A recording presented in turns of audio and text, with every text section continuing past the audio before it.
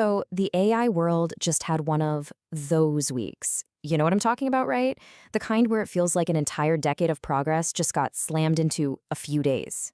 Yeah, it's that feeling when it seems like everything is accelerating all at once.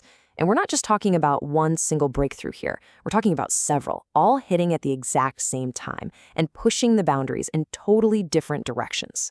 This week, we saw four major companies, and we're talking the big players here, tackle four fundamental problems in AI. Everything from making machines see the world like we do, all the way to shrinking that power down to fit on your phone. So this wasn't about some single, flashy new model. Nope, this was like a multi-front explosion of pure innovation.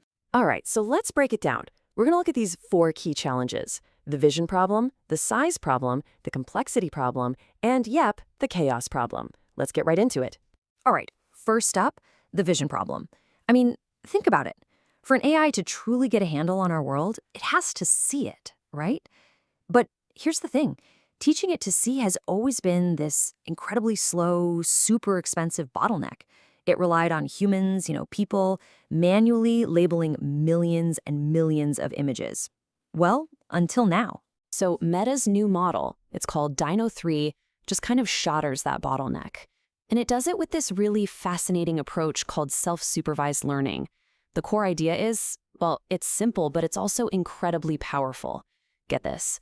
Instead of humans teaching the AI teaches itself. It just dives into this massive sea of unlabeled photos and starts figuring out all the patterns completely on its own. And when I say a sea of photos, I am not kidding. Dino 3 learned by scanning 1.7 billion images. To put that into perspective for you, its predecessor used about 142 million. That is a monumental leap in scale. And it allows the AI to teach itself to identify objects without a single human ever having to label a single thing. Just wow. So what you get is this massive model with 7 billion parameters.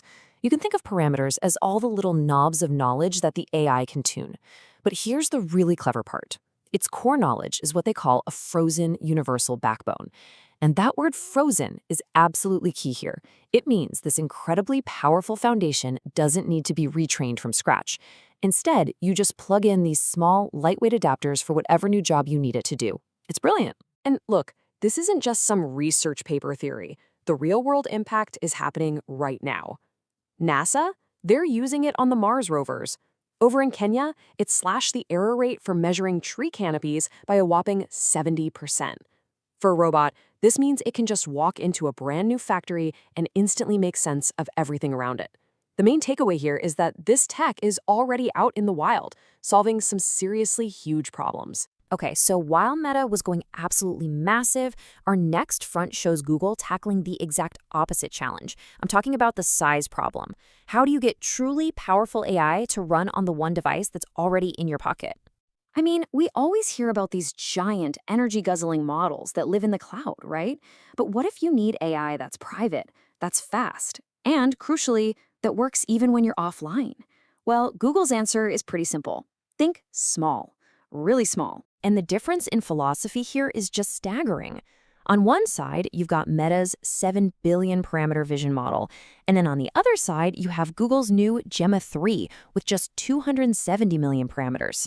It's built from the ground up to be ultra-compact, hyper-efficient, and to run entirely on your device. And the efficiency, it's just shocking. To handle 25 full-on AI conversations on a phone, it uses less than 1% of the battery. Just think about that for a second. An AI assistant could literally run all day long, and you wouldn't even notice a dent in your battery life. And because nothing is ever sent to the cloud, it's completely 100% private. Okay, so we've covered seeing and we've covered shrinking. Now let's talk about the complexity problem. You see, large language models, they're great at general stuff, right? But they often get totally lost when they have to perform a really complex, multi-step search, especially when it's buried deep inside a giant code base. And anyone who's ever worked in software knows this exact feeling. That absolute nightmare of trying to find precisely where a bug lives. It's not a simple keyword search, no way. It's about following this tangled chain of logic across dozens, sometimes hundreds of files. And this is exactly where ByteDance's new agent called Tooltrain comes into play. Tooltrain is basically like a heat-seeking missile for bugs. It's been specifically trained to use the right tools in exactly the right order to hunt them down. And the results? Well, they speak for themselves. It hit a nearly 69% recall rate. What that means is it found the correct bug-causing function almost 70% of the time. That is so accurate that it actually outperforms even larger, more general models like Claude 3.7 Sonnet. This is a total game changer for high-stakes debugging. And that brings us to our fourth and final front for the week, the chaos problem. Because as AI gets more and more complex, the prompts we use to control it have become, well, a disorganized mess. Just a total jumble, making it incredibly hard for developers to build reliable, repeatable systems. So Microsoft's solution is this new thing called POML, which stands for Prompt Orchestration Markup Language. And honestly, the best way to get your head around it is right here. Think of it as HTML, but for AI. Seriously, it creates a standardized, structured way to write prompts, just like HTML did for web pages. And the difference it makes is it's night and day. On the left, you've got the old way, this messy, unstructured wall of text. And on the right, that's the POML way, a clean, organized prompt that uses simple, readable tags. This one simple change makes prompts reusable, way easier to debug, and just so much easier to maintain. And the real brilliance here is that it separates the logic from the presentation. It's the exact same principle as HTML and CSS for websites. You use the POML tags to structure the instructions, the what to do, and then you can use separate rules to style the output, the how it should look. This means you can change how the AI's response is formatted without ever having to touch the core logic. It's incredibly smart. So there you have it. In one single week, we saw 4 absolutely massive leaps forward. And each one tackled a completely different, totally fundamental challenge in the world of AI. So let's put it all together, right? We had Meta's self-teaching vision AI, we had Google's ultra-compact on-device models, we had ByteDance's bug-hunting heat-seeking missile, and we had Microsoft's new structured language for prompts. In just 1 week, the industry delivered 4 incredibly elegant solutions to 4 really fundamental problems.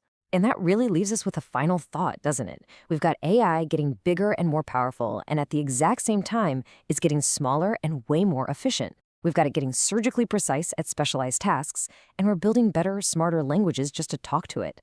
So the big question is, which one of these fronts do you think will change our world the most? Is it the massive vision, the tiny efficiency, the focused tools, or this new structured language? That's all for this explainer. Thanks for tuning in.